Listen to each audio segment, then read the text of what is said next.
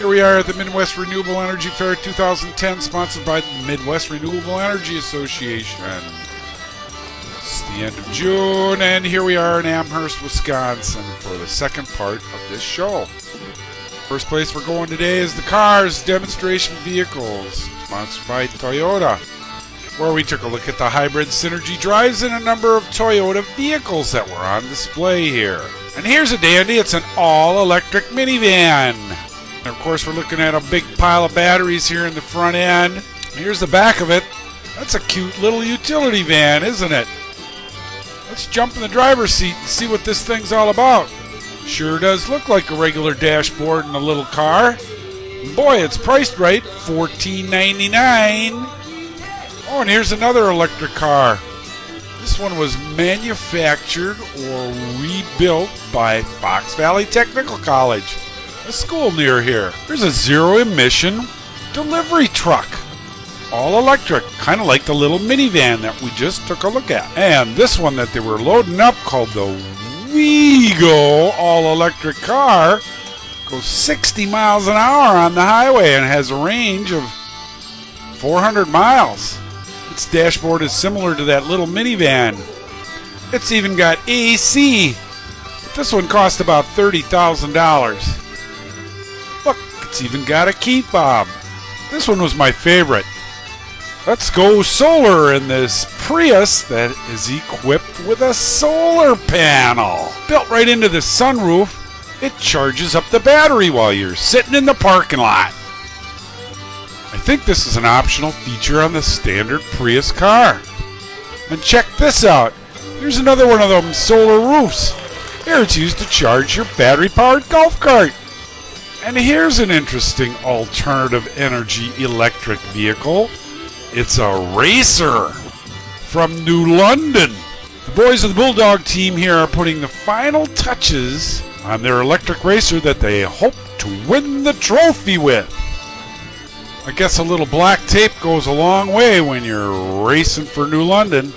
Off the subject of cars and on the subject of pellets, there's a pelletizer that takes raw soybeans, grinds them up, and squeezes the oil out of them to produce these long straw-like things that are good for fuel or food. All done with a small electric motor.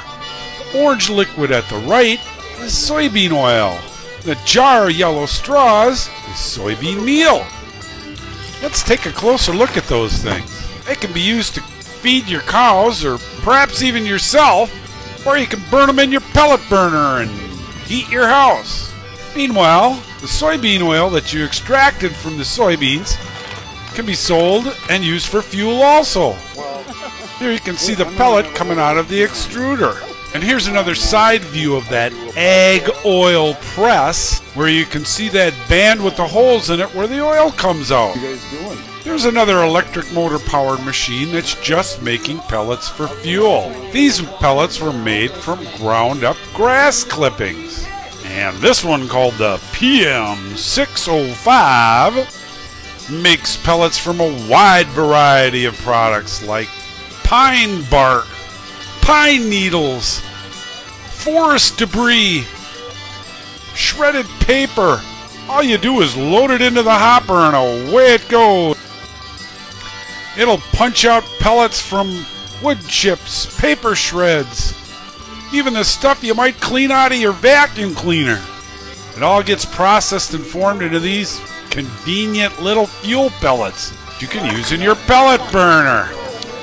Pellets like these are in a convenient shape. They're dry and easy to transport and store to be used in a variety of heat-producing equipment, like this one, which is your standard residential pellet burner. The pellet formers make fuel for these standard parlor stoves that are used to heat residential homes. Pellets that you make can also be put into this industrial pellet storage and burn in this Sweebo industrial high-performance burner or this Sweebo boiler. Imagine eating your house for free on your grass clippings. And here's the best pellet former of this show. This double-barreled pellet former was making pellets out of flaxseed. This long curly Q is what's left after all the oil was extracted out of a big bin full of flax seeds that were grown locally for Organic Valley family of farms. Here's the oil storage. This flaxseed oil is then further processed through this Goyam filter press and converted into diesel fuel that's used to run Organic Farms' fleet of trucks that they use to deliver their products to market. This is what the oil looks like after it's been filtered. Perhaps some of these other jars represent some stage of extra processing. In case it all ends up in trucks like this one, which, as you can see and hear, is running on the fuel that was made right there at the Alternative Energy. Interesting story about the guy in the cameo hat is that he was able to score 4 gallons of the stuff made that day. It was enough to get his diesel rabbit back home to Janesville. Speaking of motor fuel, ethanol producing was also a big hit at this year's fair. Here we see a huge ethanol still. This towering piece of equipment not only ferments fruits of your garden or garbage pail, like the stuff seen here on the table, but turns it into a viable motor fuel, much like this moonshine still, made out of mason jars and copper piping. These Wisconsin hillbillies have devised a real high-tech motor fuel that you can make yourself. But beware! Careful not to shake that up. As he just advised me, better not shake it up, or it could blow on ya. Here's a little bigger version of their mason jar still, made out of a beer barrel. It's actually a pretty sophisticated distillation column called Jeff's Home Size Moonshine Fuel Still. And Jeff has a full line of homemade alternative fuel-making products, perfect for you do-it-yourselfer or teetotaling adventurer. And here's some more rocket fuel in process. And just a place to use that rocket fuel is our metal rocket stove. It's actually a solid fuel power burner to convert your pellets or biomass to usable energy to heat your home, which is what you want to keep in with these insulating shutters that protect your windows from heat losses to the outside during the nighttime. We have very nice sliding tracks and draft stopping seals. And here's another product for keeping that heat in.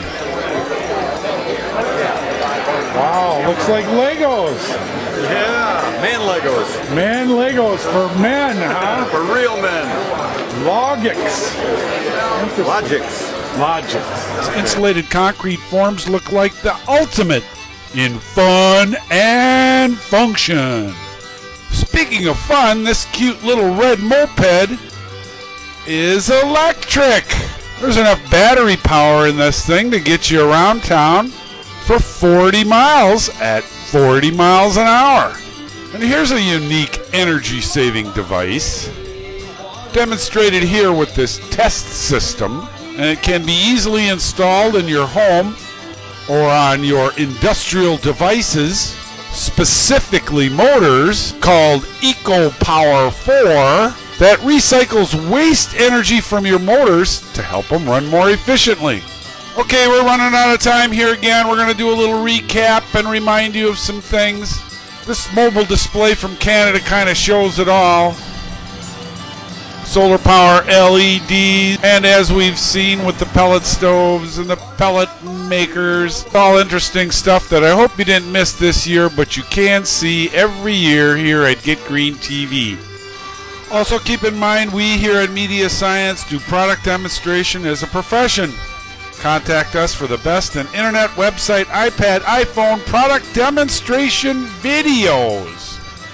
We are available at renewscience@me.com. And look for us next year for MREA 2011.